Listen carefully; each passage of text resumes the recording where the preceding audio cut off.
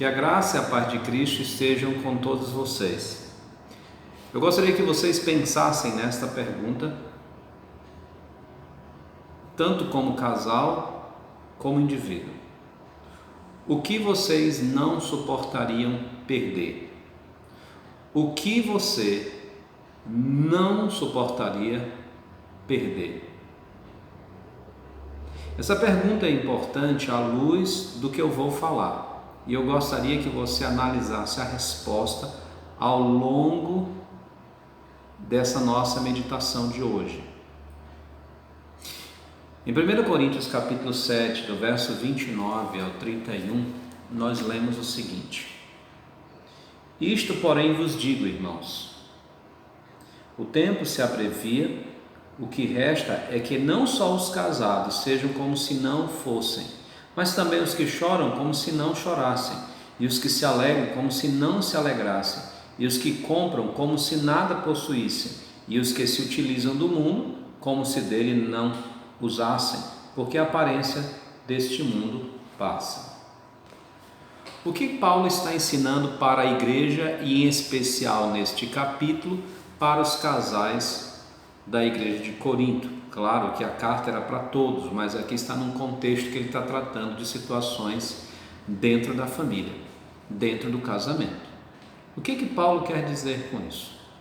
É uma mensagem óbvia para todos, mas como ele começa pelos casados, obviamente o auditório inicial eram as pessoas que eram casadas. Paulo fala dizendo: os que são casados vivam como se não fosse. Ele usa a expressão porque o tempo se abrevia. Que tempo que se abrevia? O tempo da nossa vida aqui na terra, o tempo falando do plano de Deus para que a sua glória se manifeste e para que esse mundo seja renovado no novo céus e nova terra, para que ele exerça o juízo justo dele para com os ímpios e a recompensa justa deles para com os santos. Mas o que isso tem a ver com o meu e com o seu casamento? O que isto quer dizer? E aí eu preciso fazer algumas outras perguntas que podem lhe ajudar no entendimento da palavra de Deus. O que o seu casamento tem buscado? O que, como casal, vocês dois têm buscado? O que você, como indivíduo, como marido, como esposa, tem buscado na sua vida? Qual é o desejo final da sua vida? E eu não estou falando, e eu gostaria que você pensasse sobre tudo que você tem praticado. Quando você analisa o que você faz, quando você analisa os seus envolvimentos de vida, qual é o alvo da tua vida? Se alguém tivesse de fora, olhando para você e acompanhando a sua vida, olhando para tudo que você faz, olhando para tudo aquilo que você tem, não só faz, diz, mas mostra com as suas atitudes, qual seria a conclusão dessa pessoa acerca do que você tem buscado na sua vida? Quando as pessoas olham para o casamento de vocês, para o lar de vocês e as atividades que o lar de vocês tem feito, qual seria a conclusão do que o seu lar tem buscado, do que vocês como casal, como família têm buscado? Qual seria o ponto de vista que essas pessoas de fora olhariam e veriam claramente na vida de vocês? É incrível como muitos casais crentes têm alvos totalmente compatíveis e iguais àqueles que nada conhecem de Deus, que não têm nenhum temor de Deus e que não têm nenhum desejo por Deus. É incrível ver como muitas famílias têm alvos e buscas que não são de nada diferente daqueles que não professam nenhuma fé no Senhor Jesus Cristo. Que quando se olha a vida desta família, o que nós encontramos é uma família que está extremamente empenhada nas coisas que qualquer outra família que não tem Cristo está.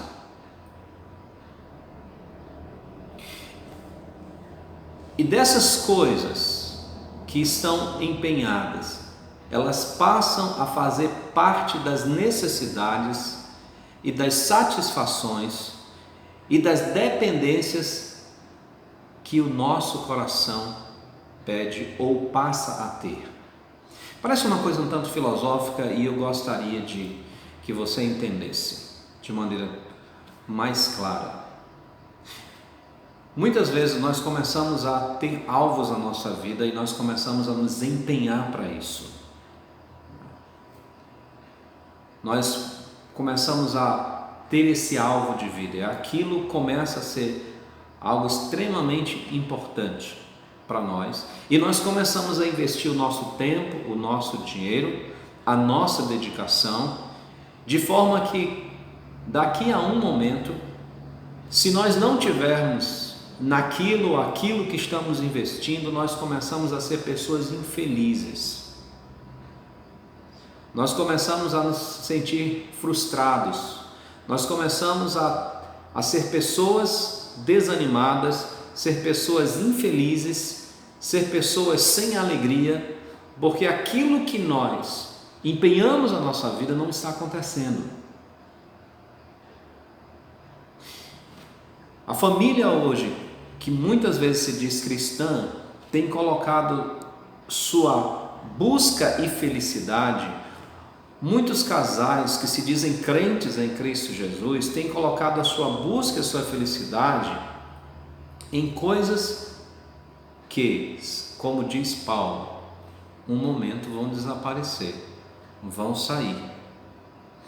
E isso faz com que o coração desse marido, dessa esposa, do casal se apegue tanto a isso que eles vivem em função dessas coisas. Vou dar aqui alguns exemplos para começar a esclarecer o que eu estou dizendo. Por exemplo, já vi famílias se empenharem de uma forma extraordinária, seja o homem, seja a mulher, ou seja o casal, em vendas. A vida deles vive em torno disso. E eles vão progredindo, eles vão crescendo, eles vão desenvolvendo, e de forma que daqui a pouco os dois estão tomados por isso, os dois estão envolvidos completamente nisso e não tem mais tempo para nada. Às vezes não tem tempo nem para os filhos. É muito bom o casal trabalhar junto e deve investir a sua vida em projetos juntos, faz bem para a família. Mas eu estou falando quando aquilo toma conta do coração e da dependência da pessoa. Um outro exemplo, há casais que, por exemplo, investem a sua vida em diversão, investem a sua vida em entretenimento e disso fazem a realização do seu casamento, fazem a realização da sua vida conjugal e passam a ser pessoas assíduas, passam a ser pessoas que investem nisso e investem tempo, dinheiro, pensamento, e eles vão fazendo isso e se sentem realizados por causa disso. Há outros casais que investem seu tempo, preocupação em carreiras, e é um que está ascendendo para cá, o outro que está ascendendo para ali, um já fez um doutorado, outro já está procurando uma pós, e nisso eles se sentem realizados, e nisso eles estão empenhando a sua vida, e nisso eles estão se tornando a sua vida dependente. Eu estou dando alguns exemplos de coisas que são naturais, que são lícitas, e que elas podem cooperar de alguma forma para o crescimento da própria família, do próprio casamento, desculpa aí. Mas a grande questão é que chega um momento em que tanto o indivíduo como o casal tem que decidir qual é o limite disso. Porque muitas vezes essas coisas começam a tomar uma prioridade na vida que nós passamos a nos tornar dependentes disso. Eu quero dar um exemplo na minha própria pessoa, né? Como um crente pode passar por isso, inclusive um pastor. Não muito tempo atrás eu novamente voltei à prática de tênis de mesa. Fazia muito tempo que eu não jogava ping-pong e eu voltei por questão de, digamos assim, já estou ficando velho, então correr atrás de uma bola no campo de futebol já pede mais do que eu posso dar. Um tênis de mesa dá para eu suar e dá para eu ainda me sentir um pouco útil dentro do esporte. E isso começou a me envolver, eu comecei a gostar, comecei a assistir vídeos, comecei a praticar, e a praticar de uma maneira séria, até porque praticamente tudo que eu faço eu levo bastante a sério. Minha esposa sempre diz que eu levo bastante a sério tudo que eu faço. E eu comecei a treinar. Veio no ano de 2017 um torneio de tênis de mesa entre nossas igrejas e eu acabei ficando como no vice-lugar, vice-campeão, né? E aquilo também me frustrou um pouco, porque rapaz, eu podia ter melhorado, então eu vou treinar para melhorar. Então eu comecei a buscar mais técnica, pedir conselho, comprei uma mesa de ping-pong, de tênis de mesa, e comecei a treinar de maneira mais séria, de maneira mais ordenada. Só que conforme o tempo, aquilo começou a consumir o meu pensamento, o meu tempo, a minha vontade, a minha dependência, de maneira que eu comecei a observar que todas as coisas que eu estava fazendo estavam girando em torno daquilo, daquela diversão que deveria ser saudável, que deveria me ajudar, principalmente na questão de liberar estresse, e começou a ser um problema, não aparente, mas um problema para a minha vida para com Deus. E eu percebi isso de maneira clara quando em 2018 apareceu a oportunidade da nossa família visitar a nossa casa, visitar a nossa família nos Estados Unidos, que fazia 17 anos que nós não íamos lá.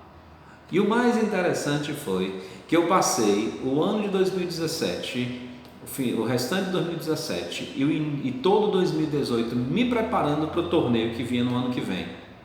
E adivinhe em que data caiu o torneio? Duas semanas após eu viajar.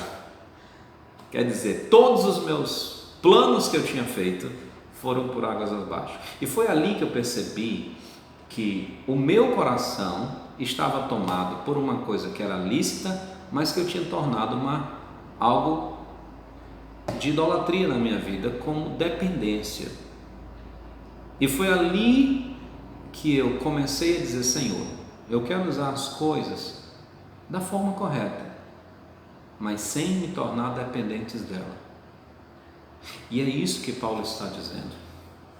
O coração, muitas vezes, do marido e da mulher, ou até mesmo da família, do lar, do casal, está apegado a essas coisas desta vida, mesmo que elas sejam lícitas, que se tornam uma idolatria, de modo que eles se tornam dependentes, nós nos tornamos dependentes. Sabe por que há tantas pessoas que se desviam do Evangelho quando perdem algo? É porque eles acabam tendo sua realização pessoal nessas coisas. Há pessoas, por exemplo, que são tão apaixonadas por seu cônjuge que fazem dessa pessoa sua realização, até que descobrem que estão sendo traídas por ele. E aí o seu mundo desaba, inclusive a sua fé em Cristo Jesus. Há tantos casamentos se desfazendo, há tantos lares se desfazendo por conta de que a dependência, seja do cônjuge, seja do marido, seja da esposa, seja dos dois, em coisas que passam, em coisas que se acabam. Por isso que Paulo diz aos irmãos de Romanos: porque dele, por meio dele e para Ele são todas as coisas. Paulo diz aqui, olha, o nosso tempo é muito curto aqui, então vamos aproveitar esse tempo para viver para Deus, não viver comprometido com esse mundo. Isso não anula meu empenho por ter algo nessa vida, ou de ter conhecimento, ou de me divertir, mas essas coisas não são prioridades eu não dependo delas, eu dependo unicamente de Deus, porque se alguma dessas coisas me faltar, eu ainda continuo feliz no Senhor, inclusive o próprio casamento. Nós estamos falando para casais, mas muitos dos problemas é que nós queremos que o casamento seja a realização da nossa vida final. O que eu mais quero na minha vida é ter um casamento feliz. E se o meu casamento está feliz, está tudo bem. De fato, Deus quer um casamento feliz. Deus quer um lar realizado e feliz. Mas Ele não quer que isso seja a dependência e a realização da nossa vida. Olha, meus queridos irmãos, eu amo o que eu faço. Eu louvo a Deus porque eu fui chamado para servir ao Senhor no ministério. Mas às vezes eu penso, e se Deus me tirar o ministério? E aqui eu não acho que eu estou falando sobre um pecado moral, que aí o meu ministério vai por águas abaixo e para se recuperar seria algo extremamente difícil. Mas eu estou falando, por exemplo, se Deus, pela sua soberana vontade, tirasse a minha voz, porque para o ministério que eu estou fazendo para Deus, a voz é muito importante. E se Deus tirasse a minha voz, eu não tivesse mais condição de falar,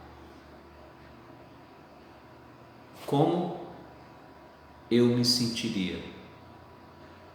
Como seria a minha realização pessoal? O Senhor Jesus, falando com o povo de Israel, diz: olha, vocês sacrificam porque vocês amam o sacrifício. Quer dizer, eles não sacrificavam porque amavam o Senhor do sacrifício, porque queriam servir ao Senhor do sacrifício. Eles faziam isso porque amavam o sacrifício, amavam os benefícios materiais que aquilo lhes trazia. Então, até o casamento pode ser um problema para a nossa vida, porque nós estamos buscando as realizações pessoais desta vida que o casamento pode trazer.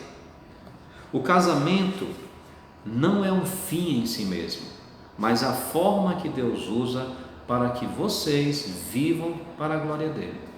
O casamento é a forma que Deus tem usado para que a sua vida seja útil para a glória e para o reino dele. O fim do casamento não é a minha realização pessoal. Esse não é o objetivo do casamento, simplesmente que Deus planejou para mim. Eu devo me sentir realizado em Deus, e porque a minha vida está realizada em Deus, meu casamento deve estar em obediência dele e eu me sentirei feliz com o casamento. Mas muitas pessoas têm procurado ser feliz no casamento, ou procurado até Deus para o seu casamento, mas para benefícios desta vida através do casamento, e esquece que o casamento é uma forma que Deus tem usado e quer usar para que ele seja glorificado e para que o seu reino cresça. Ora, eu volto à pergunta inicial: o que vocês não suportariam perder? O que você não suportaria perder?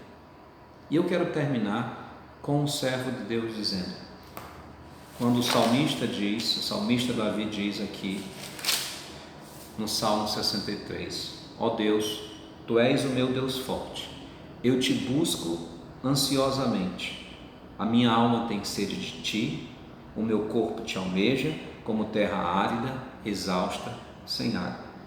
Assim eu te contemplo no santuário para ver a Tua força e a Tua glória, porque a Tua graça é melhor do que a vida, os meus lábios te louvam.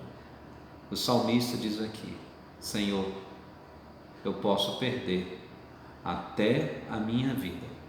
A única coisa que eu não quero perder é a tua graça. Meus queridos,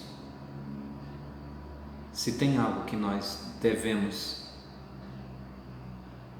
morrer, vou usar essa expressão aqui, se nós perdêssemos, se pudéssemos perder, seria Deus, mas Ele está conosco até a consumação dos séculos. O que o seu casamento tem buscado? Pense nisso, porque dele, por meio dele e para ele, o Senhor Jesus, é que é o nosso casamento, e é nele que deve estar toda a nossa satisfação, enquanto não chega o dia de nos apresentarmos diante dele. Que Deus abençoe o seu casamento.